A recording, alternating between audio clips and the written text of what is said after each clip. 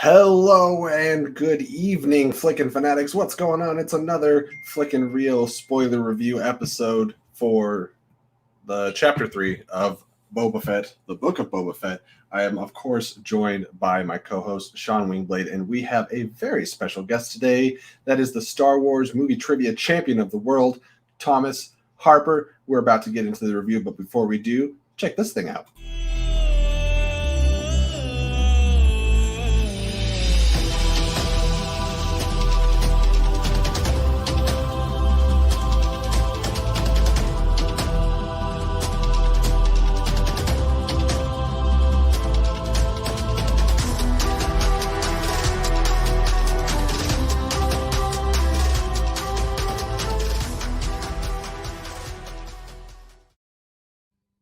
Hey, that was a cool thing, right?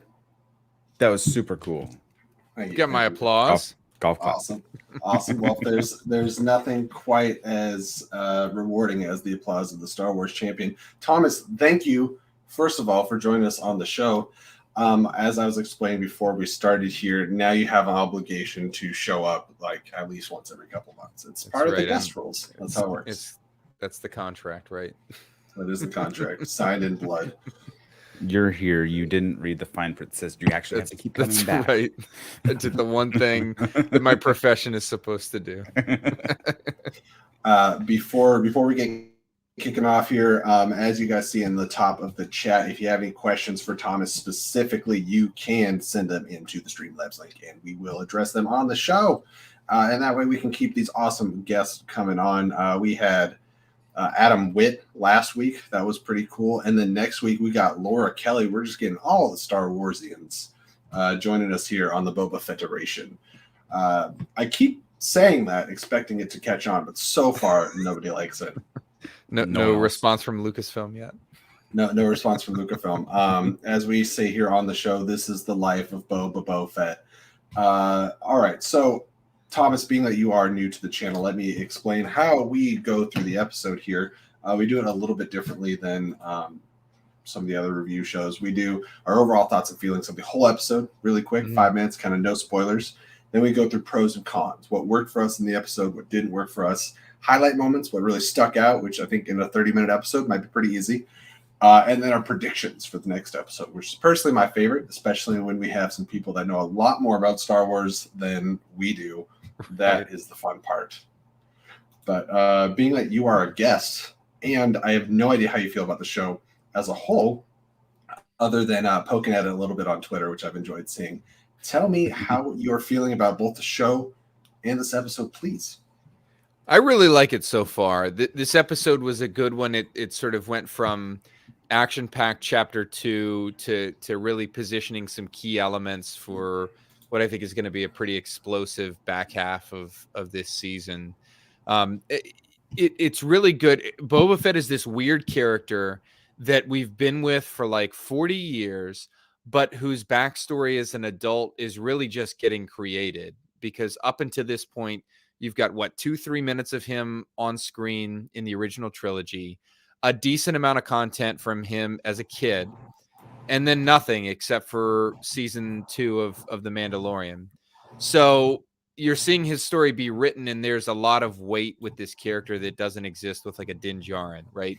So it's been fun to see him fit into the mold that they've put him in, which isn't like no questions asked, ruthless killer, just kill everybody, shoot first, never ask questions, but be a thinker and realize his own limitations and really have to kind of play a chess game instead of checkers to actually not just take the throne, to take Jabba's throne, but to actually rebuild that empire and actually rule over it. So I've really enjoyed it. The episode itself, there were elements that had me like off my couch, like standing like nervously in front of my TV, like what are we going to see next? So I'm really looking forward to the rest of the chapters here. And you mentioned making his way, trying to figure out his place other than Jabba and Bib for him, but making mistakes along the way too. It's not like we're seeing him like he's a perfect character or he's perfect in this role that he just decided to take up arms. Like, hey, I'm in charge now. Have you ever done this before? You're going to make some mistakes along the way. It was good to see. Yeah, which totally Absolutely. fits his character. I mean, the last job that he had was enforcer. He's not this. Everybody builds this character up into something that he's not really. You know, he's got a decent bit of stories, in terms of the comic material that's canon. But this guy was just a very good, but just a bounty hunter before this. So let's talk about the Fets as a whole. Seem knee to rockets. Like it's hereditary that he would have greater aspirations than that of a bounty hunter because Jango Fett did. He's like, hey, clone all of me to be an army for the Jedi. I want to be a whole lot of things. Yeah. Before he had a quick cut to his career. I'll agree with a lot of your sentiments. I really like this show. I thought this episode was fun. I think that's been my biggest counter argument against a lot of the people online is I was like, I think we sometimes forget to pause, take a step back, and realize that Star Wars is supposed to be, when it's at its best, a fun series, a good time. And there's a lot of people complaining about goofy things. And I was like, Star Wars has always been goofy, right? Like it has its moments of like levity and like things that we can get emotionally attached to. Star Wars is goofy. Look at a tauntaun, right? Look at the like little balloons that come out of it when you slice it open. The Star Wars franchise is not. That's why there's a difference in like the fans of the fandom between like Star Trek and Star Wars. Obviously, Star Trek's been goofy too, but I feel like conceptually it takes itself a little more seriously. That's not to say one's better than the other because I am a Star Wars guy.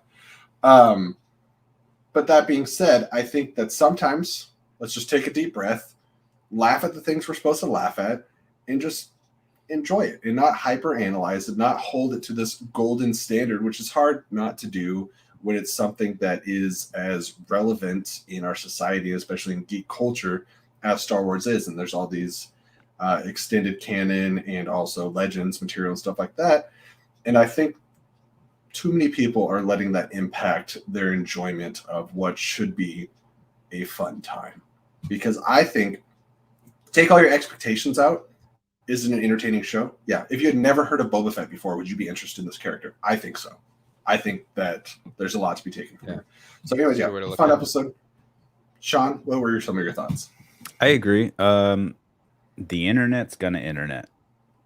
And no matter what the fandom is, but especially Star Wars, and we've found that out over the last 9 years or so, and so they're gonna pick and choose, and maybe it's also allowing yourself to be in an echo chamber of the voices that you're hearing all the time. It's my money and I need it now. It's my money and I need it now. Called JG Wentworth. I just to finish, like it's also the people that you follow too, and you're not hearing the other 98% of people who aren't on Twitter who are probably watching this show. They're just not tweeting about it. We're just hearing a lot of the people who have opinions and very strong opinions. And it is what it is. So yeah, the internet explodes, but the internet's what, like 5% of people. Like not everyone's on the internet. So I think take that with a grain of salt. Realize that not everyone's not on the internet. No, he's not. Exactly. I wonder what his approval ratings in Mos Espa would be if he went online. Brandon Buckingham just wanted to make sure that I hopped over here on Streamlabs and see that we got a $3 donation. Thank you so much, Brandon Buck. That says, shout out to this awesome crew and salute to the all caps major. Salute. I was gonna say if you really want to see the major turn heel on here, we can talk about the new whiteboard rule that we just saw. Let me grab my camo real quick. All right. Well, with that, I think that's kind of all our basic thoughts. Let's just kind of split the episode up a little bit into what really worked and what maybe did not so much. Thomas, you'll see a common theme. I'm going to like starting out with you because you're the guest. So I kind of want to hear what you have to think, and then we'll bounce kind of off that. And then I'm going to regurgitate it. Exactly. Voice. Yeah, we'll all have the same. Are we cool to go guns hot on spoilers at this point? This is the spoiler section. Okay. Absolutely. Can I just say Danny Trejo is the pro of pros in this episode? Like, he just play every character. My whole first post on Twitter about this episode I was saying Danny Trejo was in it without saying that he was in it. I said Robert Rodriguez. I see that you put him in there, and that's like all I said. When they showed the wide shot, I was like, "Is that looks just like Danny Trejo?" And then they slightly zoomed in a bit. I was like, "It is motherfucking Danny Trejo." Now I don't know that we know his name yet, but he needs sort of. They've got Malakili, they've got Ralakili. They need that style name for him to just keep the theme going. But no, I thought that whole sequence worked really well. I have a feeling we're going to see a little more of that Rancor and probably some more of Danny Trejo, but he just fits hand in glove in the Star Wars universe. Machete is now Machete goes to space. That's right. As is Alita Battle Angel. But. Let's see here. Matt Berry continues to excel as 88. I just I'm a big fan of what we do in the shadows. I hit you back with that on Twitter. Oh man. It's just like I didn't realize it was him the first time he was on screen. 88 was, and as soon as I did it, it was like I can only see Matt Berry, and it's perfect.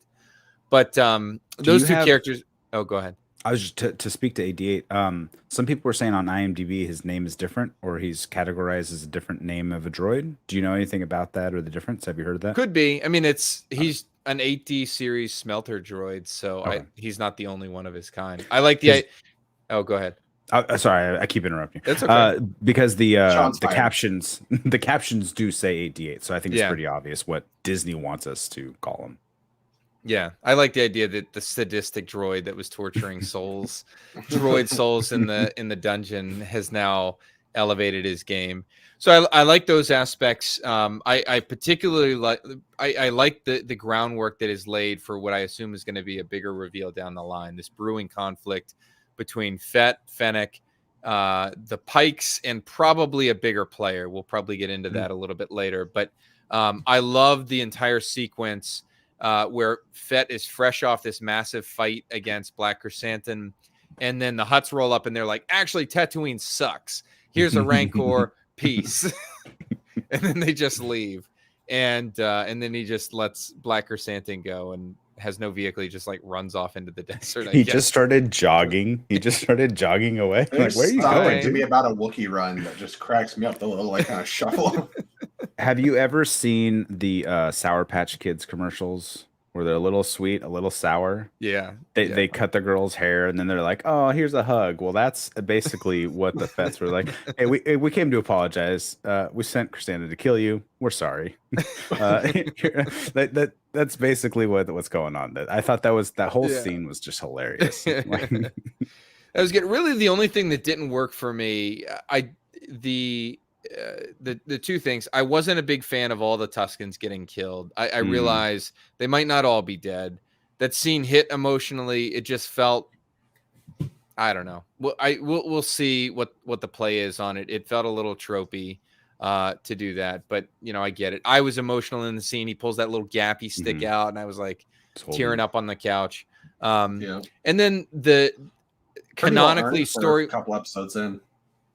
What's that? Oh, I said like at least they earned your emotions within a few episodes. It was really only less than 2 hours at that point, I think. Yeah. So that was really it. I mean, say whatever you want about the speeder chase. I thought it was fun. It's, I have my own reasons for defending it. What's up with that? But yeah, I'm sure we'll talk more about that. We will absolutely. And before moving forward really quick, we got a big one. Before you do that, money and I need it now. Calm down. To speak excited. to that scene with the artwork, the concept art at the end, they showed him. Oh no! The concept art in the credits. They show Boba riding the Bantha with 2 other Tuskens.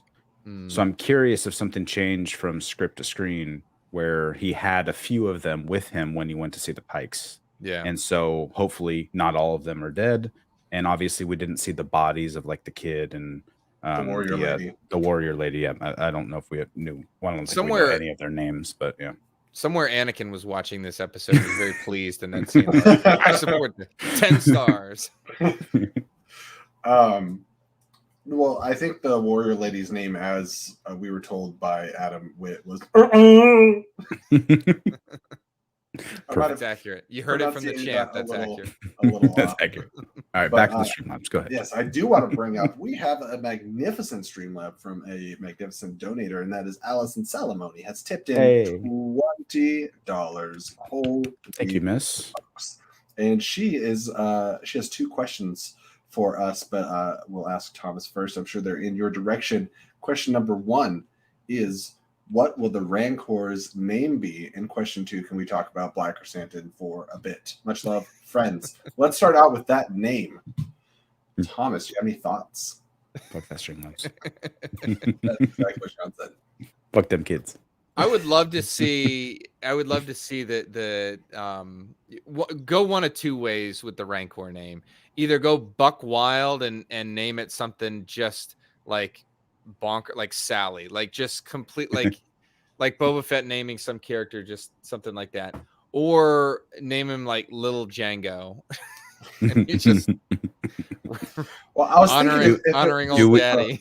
Do we want to see Boba riding Little Django? Little Django. That seems weird. Well, I was trying to think, is there like a play on it? But I mean, if you call it Jenga, then everyone's going to make a joke when somebody kills the Rancor and it falls over. They're like, Jenga! So I don't know. You kind of, that was my idea. Or not my idea. Like, I didn't own the idea, but I also thought that maybe it'd be Django, or I don't know, maybe it's a girl Rancor. They call it Federina. Randy the Rancor. Yeah, Randy the Rank. Yeah. Who saw Grogu coming? Like, you know, it's a Star Wars name. You will never predict a Star Wars name. Yeah. I think I would name him Bill, or maybe after the showrunner, we'll name him Rodrigo or Machete. Okay. Name him Machete. Shout out to John Barr from the Ultimate Shimoda After Show. He said name him Brogu, and I think that would be great. I like it. That would be if the Tracksuit Mafia was in charge of naming the Rancor. It'd be, this is Brogu. Brogu, bro. And question or request, I guess, number 2 is, let's talk about Black Chrysanthemum, or as we discussed with Adam Witt, Kirsten Dunst. Right? Like Kirsten Dunst. Well, I mean, speaking of like highlight moments and stuff like that, you have so many images here. That's a good one. I think we clicked the same one.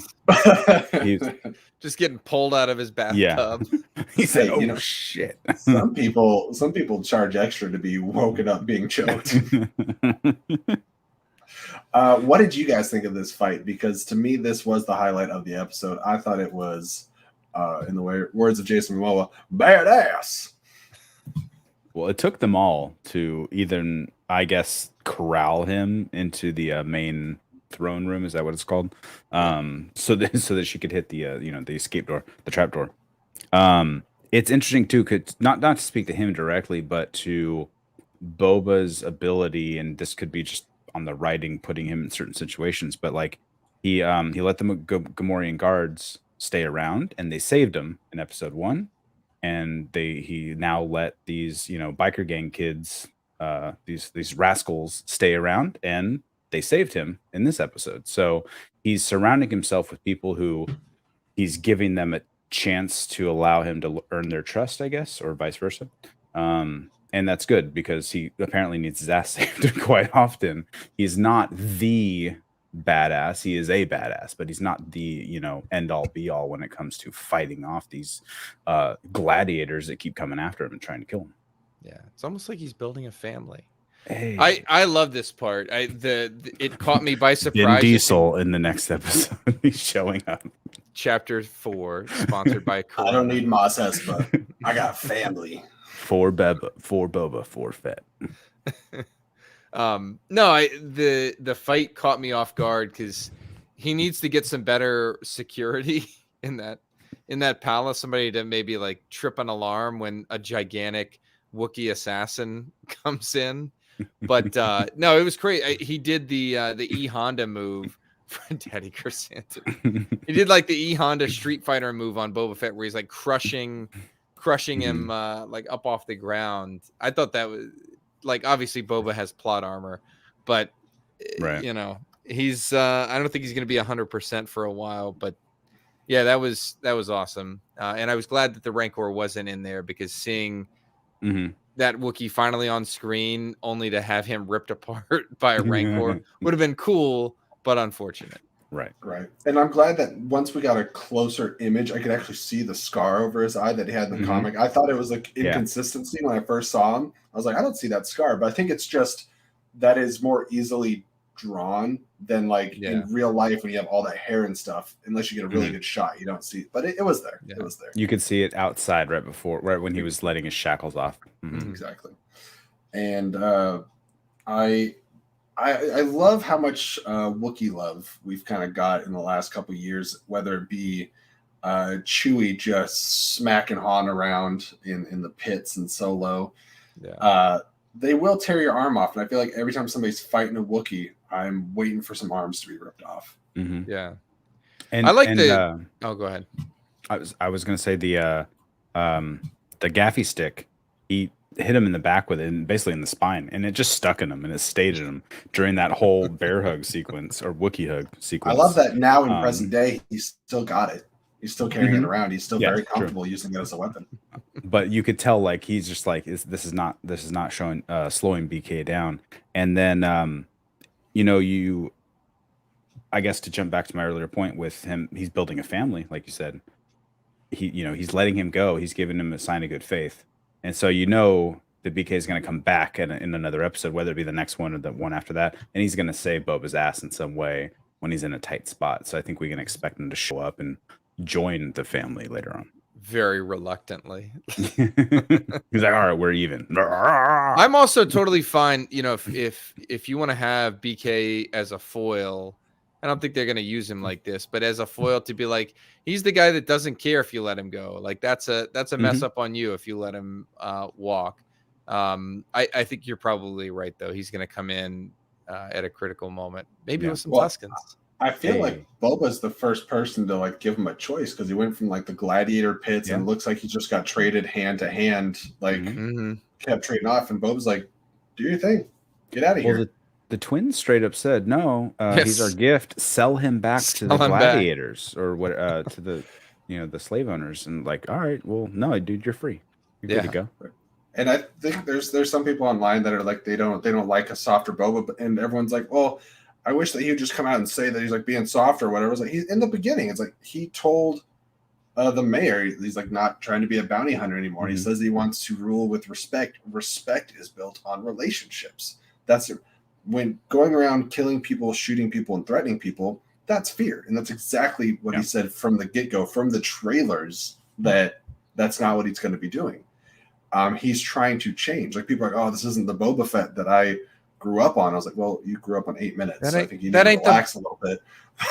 That ain't the real Boba Fett. I hate to gatekeep people that are trying to gatekeep others, but I'm like, you are clearly missing the ball on who Boba Fett is. Like, did you watch the Clone Wars?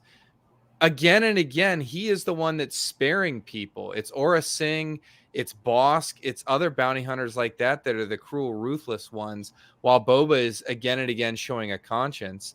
So the groundwork is laid. This isn't like Jon Favreau and Dave Filoni coming in and being like, well, we'd like to soften him a bit. How about that? No, he's had a conscience and a character the entire time, and that's sort of what's distinguished him.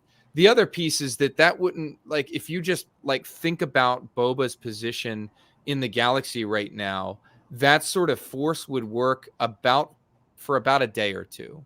He has no authority. He doesn't have the authority of the Hutts. He doesn't have the money or the backing of the Hutts. The moment he goes in guns hot and starts to try to rule that way, somebody's going to come in with bigger guns. And so it's a position of necessity. And I think it shows just how smart a character he is that he's making moves like this as opposed to trying to flex on everybody. And I think it's a little interesting when we look back and when we first got the return of Boba Fett in Mandalorian, we were told that he spared and saved and rebuilt basically Fennec Shand. And then he helped Mando go and get Grogu, and he fought with Mando based on the sole principle that he like owed him one. But nobody complained about that. But now that we have him on his own and he's trying to rule with respect and stuff, which is very consistent in carrying over the characteristics that were introduced in Mandalorian, like Joker would say, everyone's losing their mind. And I don't get it. I'm just sitting here watching all these episodes like, I don't get it. Yeah. I mean, this has been, I won't go down the rabbit hole fully on this, but the most annoying thing for me as a fan that takes pride in like paying attention to how characters are developed, the situations that they've been in and stuff, is people that define characters by gunslinging. Like Luke Skywalker, people that complained about Luke in The Last Jedi, like, well, the Luke that I know would have gone in lightsabers out, and then in The Mandalorian they were cheering him for solely for the fact that he killed a bunch of droids that he's just fighting, right? I'm like, that's not character, right? That's a choice that a character makes, but your desire to see ass kicking on screen doesn't and shouldn't override the need to have actual character. Because I guarantee if they made a series like that about Boba Fett, people would tune out. You'd get like a small segment of the fandom that wants to see that stuff, but it would get dry and boring really, really quick. Yeah, I mean, to use another Disney Plus show as an example, take WandaVision. I don't think WandaVision was a good show because we got to see that final battle of her and Agatha going at it and tossing spells. It was a good show because of the other 8 episodes of like character development. Exactly. All the build up to the final. Yeah. Exactly. So we want that ass kickery, but that's part of it. Like Thomas said very astutely, that is not the character. The only time that is the character is John Wick. That's true. But true. I think, speaking of John Wick, I'll leave some of this for our Chapter 4 predictions, but I think we're about to see Boba Wick here when we get to our next series of flashbacks. But is there any other things that we haven't mentioned yet that were I mean, I guess we have to address the Mos Espa thing, because that seems to be the main point of contention online. Is how did you feel about the street toughs and their very, very shiny hover Vespas? Very shiny. Did you have any thoughts one way or the other about it? It was very George Lucas. I agree. To the person online that said there's not an ounce of Star Wars in this, I'm like, you don't know George Lucas, and B, by extension, you don't know Star Wars. Then I don't know what other way to characterize it.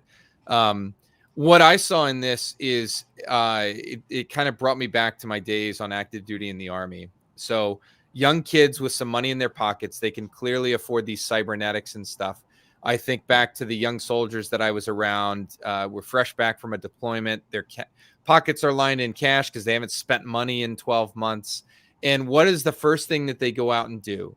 Not like buy a house or make an event. Like a lot of these kids are going out and buying the shiniest, coolest looking car that they can. So you go on the military base, those nice, shiny new cars, those are the young, like lower ranking soldiers, the beat up trucks and stuff. That's the stuff that Boba Fett is driving. So it absolutely fit with those types of characters. And somebody pointed out, I won't take credit for it, but when you look at the Major Domo, does he look like a guy that's got a real fast speeder at his disposal and that's just going to be whipping through the streets of Mos Espa? But no, he's the guy that's still driving the 77 station wagon that he's had for, So that it's probably like neck breaking to him, but it is what it is. Also, and this is like speeding through busy streets. Like every time they show it, there's people on the road, there's stands on the road. I don't know how fast you can really go in those streets. Yeah. So I get the some of the criticisms about the visuals, the speed of the scene. Like, I don't mean to discount those, because I think it's all fair criticism. It felt like a slow race, or a slow chase, because it was slow. I think that was sort of the intent, was to portray it that way. But yeah, to say that it was just not Star Wars, or that they messed up an episode because of that, I just don't see that. I agree. Everything he said. But I think that a lot of people forget. I think one of the major tenets that George Lucas has always said, to comment exactly what you said, they don't know George Lucas, Star Wars is for kids. if we don't remember that, and this is a fun scene. And I jokingly, I put that, and other people have made the joke, so I'm not, creating this, but it was like, Mario Kart. So it was like, Mos Espa Kart. And it was just a fun chase sequence. And I thought the whole parkour scene in, was that episode 2 or 1? Was kind of fun as well. Like, it wasn't that big of a deal. It doesn't ruin the show for me. Right. And it shows too reality, exactly what we're always speaking to. You get people who are from a less, fortunate upbringing, and they get a little cash and they want to blow it. They want to have a shiny thing. They want to be considered one of the elites because they see them with all the shiny stuff, even though those elites don't think about money because they don't have to think about money. But you put on this veneer and you get all these cybernetic implants, and it makes you feel like you're a little more. And then we see them for the very first time outside the Stephen Root's water vapor guy, and they're just standing by a trash can that's on fire, Yeah. and in the slums essentially, and trying to make their way. And they had to steal this water that's triple the price or whatever the case was. So. And Sean kind of helps me bring back one of the points I was trying to remember. And, a lot of people are like, oh, well, they can get these expensive, like, Vespa scooter things, but they can't afford water. Well, they made it abundantly clear that water is at least being treated as the most precious commodity in the area. And it's being jacked up to outrageous prices. It's like, hey, you're charging us like a month of wages for a week's worth of water. So it stands to reason that it might very well be cheaper to get a vehicle than to drink in the middle of the desert. I don't know about y'all. When I was like between 18 and like 21, 22, I made a lot of dumb decisions with money too, like going out and buying a stack of CDs instead of like, I don't know, groceries. And so, it's like people kind of short circuit when they see something. And I think the age of monetization of like videos and like trying to get your kind of hateful comments in and finding that gets you traction and clout, I think that just is kerosene on the fire for what would otherwise be kind of a mild criticism of an otherwise very good episode. I think that's a very I'm gonna stop saying the word astute after this one. But that's a great observation. I think you're right on the money with it. Right on the Starbucks.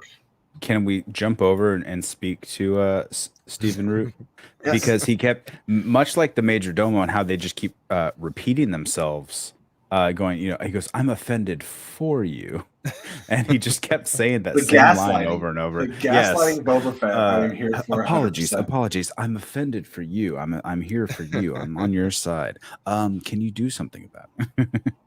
And then he only pays them. He goes, "Yeah, here's 500 credits. take it or leave it, or you can move to Mos Eisley." Right. I thought that was good. He played that well. Cut his prices too. Yeah. I was such a pleasant surprise to see Stephen Root, and it's funny. I've heard so many people reference like the red stapler guy in Office Space. I also know him from Barry, but really my introduction to Stephen Root was Dodgeball. Yes, I love him in that. He was the reason we have, if you can dodge a wrench, you can dodge a ball, or dodge a car. That was all Stephen Root and is it Rip Torn, right? Rip Torn, yeah. Anyways, give me dodgeball movie trivia. Let's go. Ready to hit that. I agree with the light criticisms, I think, and then I take some exception to the week after week people referring to Boba Fett as a failure, a massive disappointment, all this other stuff. I guess I'm a little guilty of stoking the fires a little bit because I did have a poll that I want to check up on now. I put in the chat here, is the book of Boba Fett disappointing, with 3 possible answers: not at all, maybe a little, or 100% disappointing. Out of our viewers, nobody said 100% disappointing. We have 64% say it's not at all disappointing, which is pretty much where I'm at. And then maybe a little disappointing, 36%. What do you guys think of that? Kind of where do you fall? I think it's premature. This goes back to the debate about whether Disney Plus should go opt for like a Netflix episode dump model versus this episodic thing. Yeah, I think it's like people have gotten conditioned. We used to just wait and be okay with waiting for series and stories to evolve and build. Now you can go watch Squid Game in an evening, like overnight, if you've got the time for it. And so what I see is a lot of like premature assumptions being made about something that we've seen an hour 45 minutes of so far. We've still got 4 episodes, the majority of the season left to go. Yeah, so, not even halfway. Yeah, I mean, like people were universally praising Filoni and Favreau just months ago for Mandalorian season 2. The benefit of hindsight exists for that show because you're now 2 seasons in and you've seen it build. Give this some time. I understand you can make an opinion about it so far, but I think some big pieces have been moved into place. And do you think they're suddenly going to just fumble the ball with this show out of nowhere? I just don't think so. And I kind of want to comment on what Jake's saying here. He says, I prefer the week-by-week model for those Star Wars shows that allows deeper discussions like this instead of binging and talking all at once. I fall somewhere in between where when we get 30 minutes or like even 40 minutes, I'm like, this is not enough for me to grasp my feelings. Right. I think I would like chunky drops, like 2 to 3 episode drops every week instead of the whole season. Because when the whole season drops, you'd be surprised how long it takes me to watch a show. Like, what is it? Lock and Key. I've been like kind of watching the second season of that for like months. Yeah. Because it's always there, so there's no sense of urgency. Because most people watch in the first couple days, or something like Stranger Things. And if you don't watch in the first couple days, you've lost the conversation. And by the time you finish it, you have no one to talk to about it. I'm still trying to catch up on The Witcher, and that was out 3 weeks ago or so. Exactly. And all of the videos, all the conversation, it's gone. So I'm just like, all right, I'll get back to it when I can. I've avoided spoilers so far, and I'll get back to it when I can. If you drop 2 episodes, I think everybody can watch 2 episodes within a week's time and be on the same page. And I like that shows like Amazon or like Peacemaker, I haven't had a chance to watch yet, just dropped 3 episodes on HBO Max. Yeah. That's cool. That gives you something to do for a week, and then they do a week. So somewhere in between, I think, is the magic sauce. This is when we have a 50-minute episode, cool. When it's 30 minutes, it's a little painful. But I was impressed with how much they got packed into 30 minutes. How do you guys feel about the pacing of the show overall? This felt like a full 1 hour to a movie. Like we got so much scene changes and story progression in this, and maybe because there was less of the flashback time wise.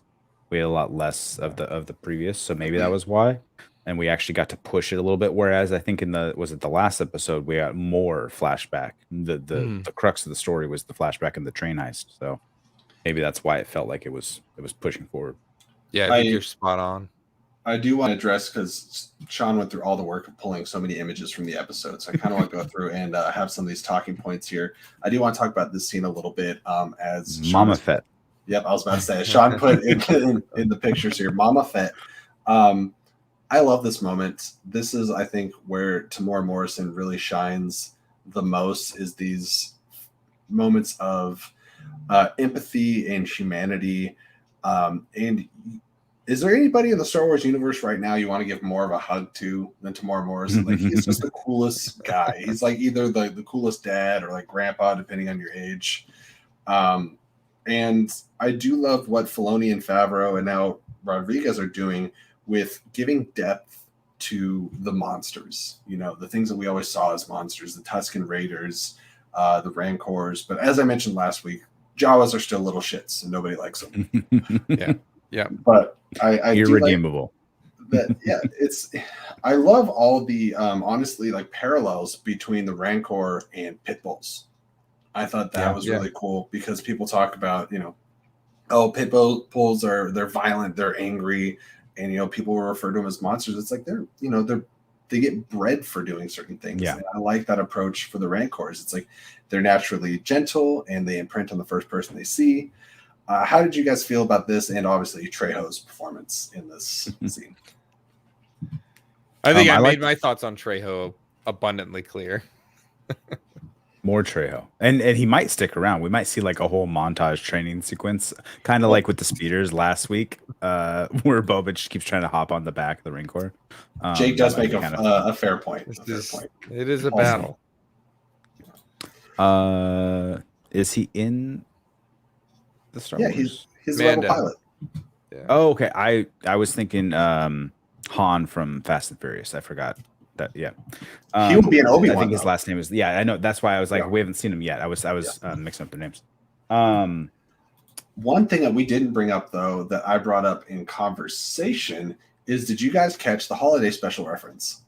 It's in the scene. I think it's a holiday special. The reference. him riding a creature 20 times the size. Yeah. I was like, that's the holiday special canon.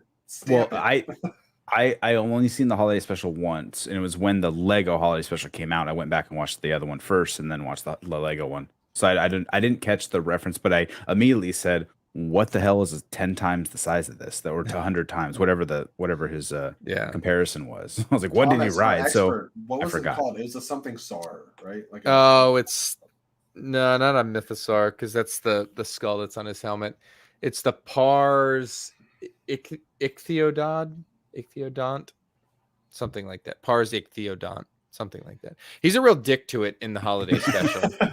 He's just a real asshole. It's like So slaps it and You're saying tells he's Luke not come, to feed it. he's come a long way. He's as come. far as He's A little bit. He's evolved. well, I well, think 'cause the PETA, holiday PETA special came came from out him after the holiday before- special. the holiday special came out before Empire, right? Didn't It it? did, Wasn't it yes. released Yeah. prior? 79. So he was still a bad guy. He was supposed to be the This is badass true. bounty hunter. He has true. progressed and grown as a person. And speaking of Easter eggs, I accidentally. Go ahead. Well, speaking to this scene and kind of the care that Tamura himself is bringing into the role, and then and the comedy, but also the emotion, like in the flashback scene when he's looking over the pyre that he just created to give the Tuskens like a proper fire burial. You can see him crying. You can see the tears in his eyes. And then jumping back to last week, I find the scene hilarious when the lizard jumps and he goes up his nose and he goes, "Oh, I think I swallowed it. I'm sorry." And he like apologizes for this fucking lizard attaching to his face, and he accidentally swallows it. And so he plays everything, whether it be the comedy or like the emotion. He's playing it so well, and even like the badass looks when he's stoic and he's like, "No, I'm in charge of this confrontation that's happening." He's doing it all so well. And the last thing I want to bring up here is I tried bringing it up earlier a little bit, but the Ralph McQuarrie artwork, Yes. like straight out of, and I think that's Boba Fett standing right behind Bib Fortuna right there. Yep. How Yes, it is. fortuitous, Bib Fortuitous. I thought that was funny. Was that a good joke? I don't know anymore. Well, I think that sums up a lot of our feelings about the episodes. Is there any last minute things you guys want to dive into before we start wrapping up? I had a question for Mr. Thomas. What is this? That is a Bomar monk. So you see it briefly at the beginning of Return of the Jedi when Okay. it actually scares 3PO. So the brain, there's a brain in that little glass jar, and it's the brain of a former monk that occupied it. The mechanical body is, I think, like a VT or BT-16, something like that. Oh wow. Okay. But yeah, they're like still an active religious order, and there's some, I think they're legend stories now, but like some people that died in Jabba's palace got their brains removed and became encased in those little robot bodies. So creepy. So this thing was like the size of Jabba's palace, though. It's huge, right? What? No, Or is that perspective? That's perspective. Well, no, because after this, it walks right by the palace. It's the same size. I took a screenshot earlier than he Well, I think the walks palace by. is way back in the background. Okay, so Yeah, it's a perspective thing then. Yeah, Okay. they're not small, but Oops, it's sorry. Amateur. I would say they're a little bit bigger than man size. Okay, so I Like, thought that Oh, they so were they're like still bigger than I thought they were. Yeah. okay. I Still thought they were creepy. like I would run. mining stuff, or I thought those pods were like they were taking stuff out of the earth and carrying it No, over. It that- was some sort of liquid. Okay. Jabba's palace was once a monastery for their order. Okay, So that's good to know. Wow. I thought it was like a half joke to ask what that was, but Thomas was straight up like, "Let's do a whole podcast." the on more this you creature." know. It was Adam was just making shit up, so that was cool. If he didn't know. What's up with Well, that? jump to the Streamlabs. What do we got? I was actually trying to click that soundbite earlier. There wasn't a Streamlabs. Sorry to Oh, okay. burst your bubble. What's up, Scott? Thank you for joining. So I took us because we keep seeing this in the flashbacks. They keep jumping back to Camino. Do we think that we're going to possibly get, like maybe some manufactured scenes, maybe some flashbacks to his childhood, or maybe some like unused footage or something from, was it episode 2? Like when they're actually conversing or something. I don't know where I'm going with this. Do we think anything more to this other than just reminding him of that he keeps seeing his father, flying off in the fire spray? There's got to be some, and also it's cool that you refer to it as the fire spray because we are no longer allowed to refer to it as the Slave One. Edwards.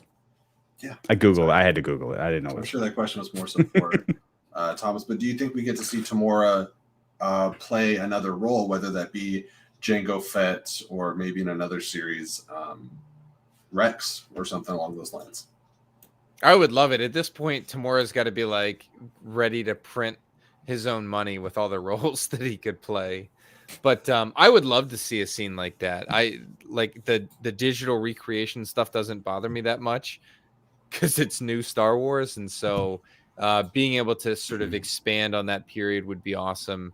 I'm really curious about like the thematic and the story purpose in introducing it, because he clearly has some like separation, like missing dad issues that are completely unresolved. Totally understandable, but it's neat to see that that's still plaguing him after all that he's been through. So if it adds to that, awesome.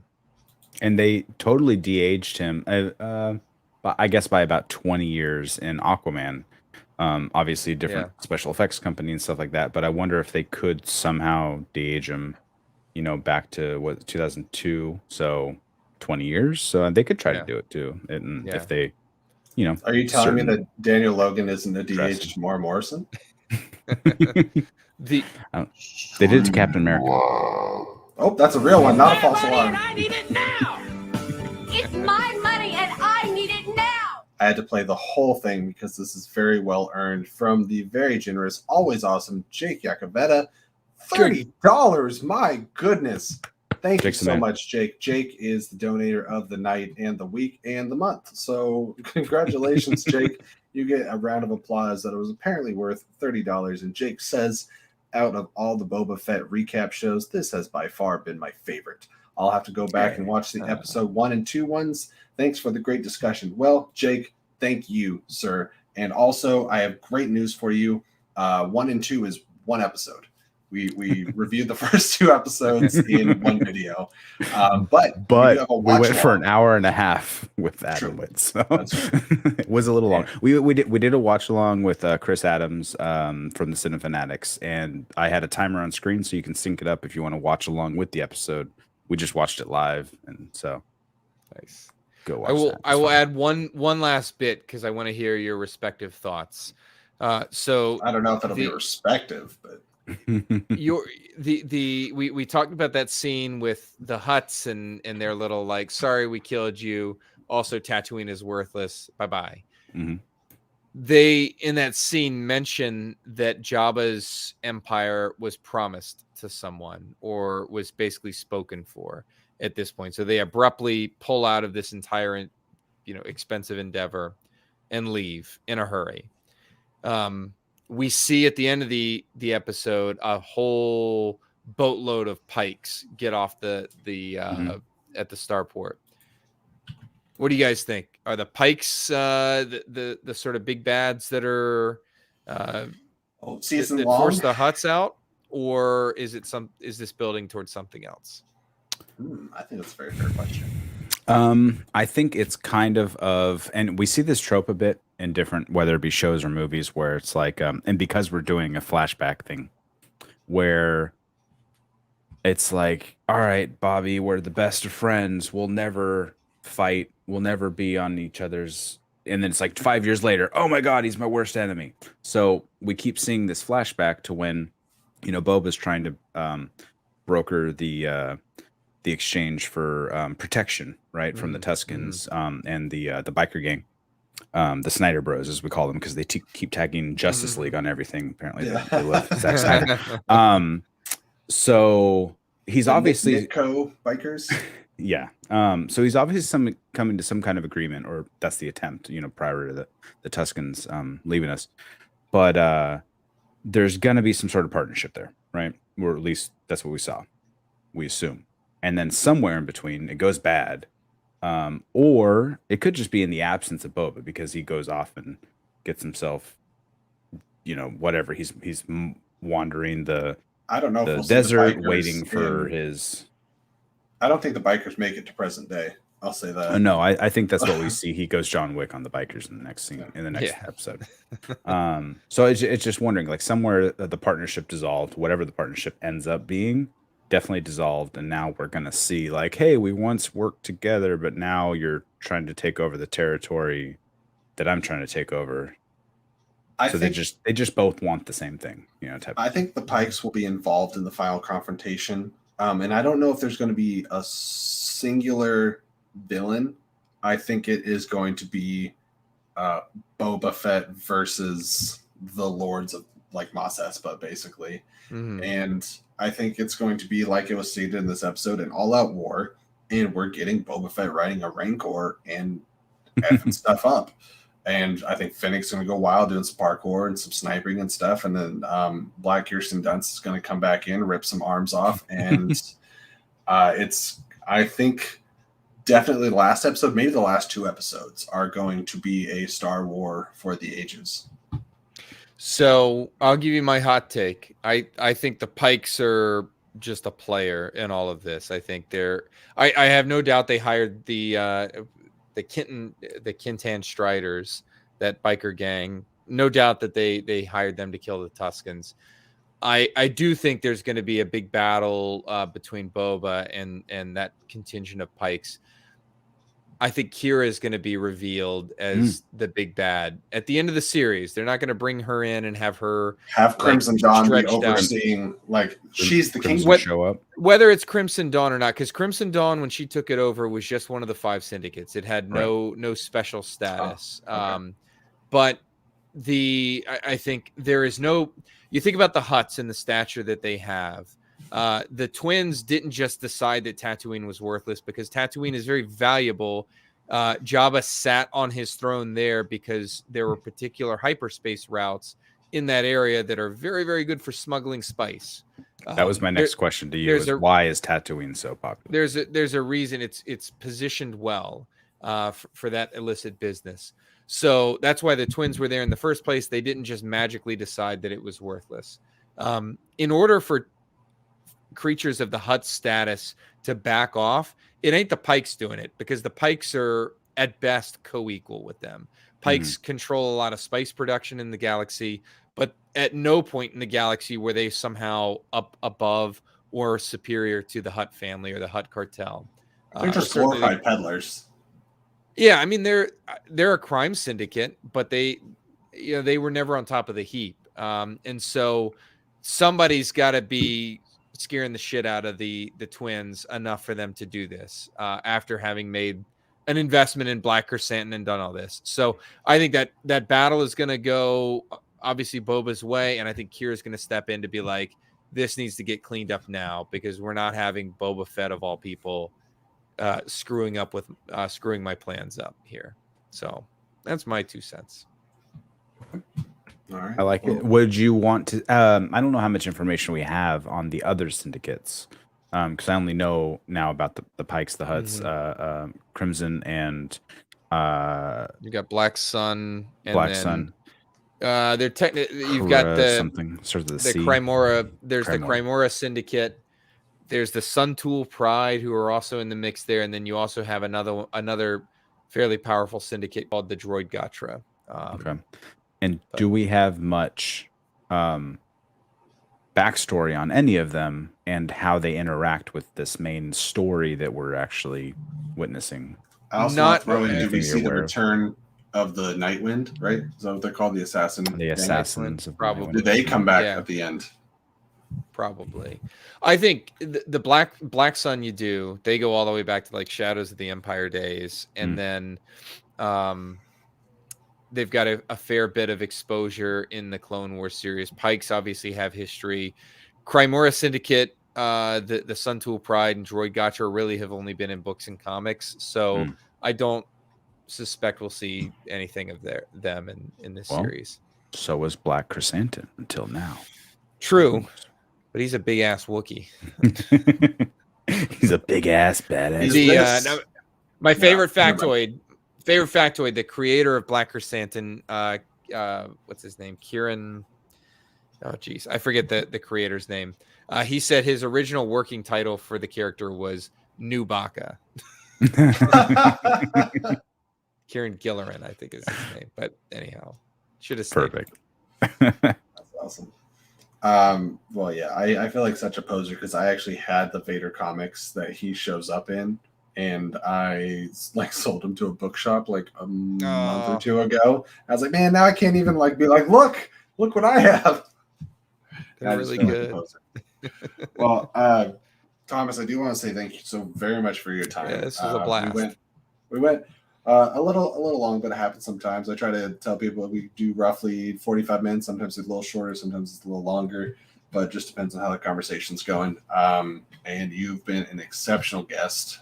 Before we sign off here, though, we would be remiss if we did not do a plug for one of our shows coming up here from the always wonderful Allison Salamoni. Go and check her out on Twitter at Allison Salamoni, or ABA Geekology, which is for the new show that we have coming out here that I'm sure we will all spend some time on, and that is Allison Salamoni's Behavior Geekology, where she does a deep dive into various character studies and does some behavior psychology and various different things.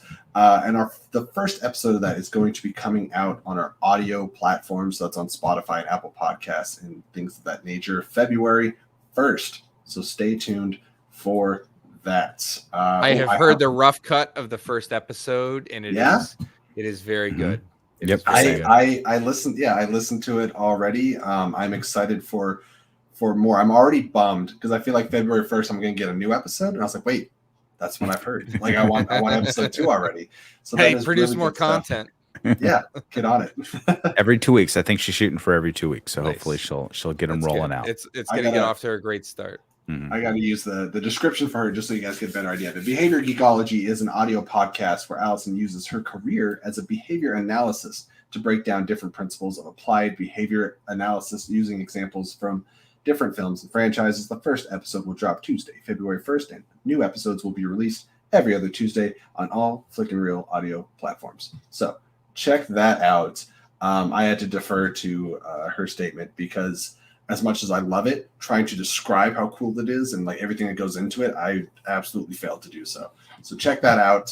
Follow us on there. And if you haven't already, subscribe on this channel where we have awesome guests. Again, Laura Kelly joining us next week for Book of Boba Fett, Chapter 4, the halfway mark. It's been a pleasure having all you gentlemen on the screen and everybody here watching. Thank you so much for the donations. You keep us going and keep the motivation high. You guys rock. Until next time, keep it real, and may the film be with you. And let me find that bye-bye video. There it is. Oh, I can't do the sign-off. That's you. Harper or Major, give us the salute out. Major out. There it is.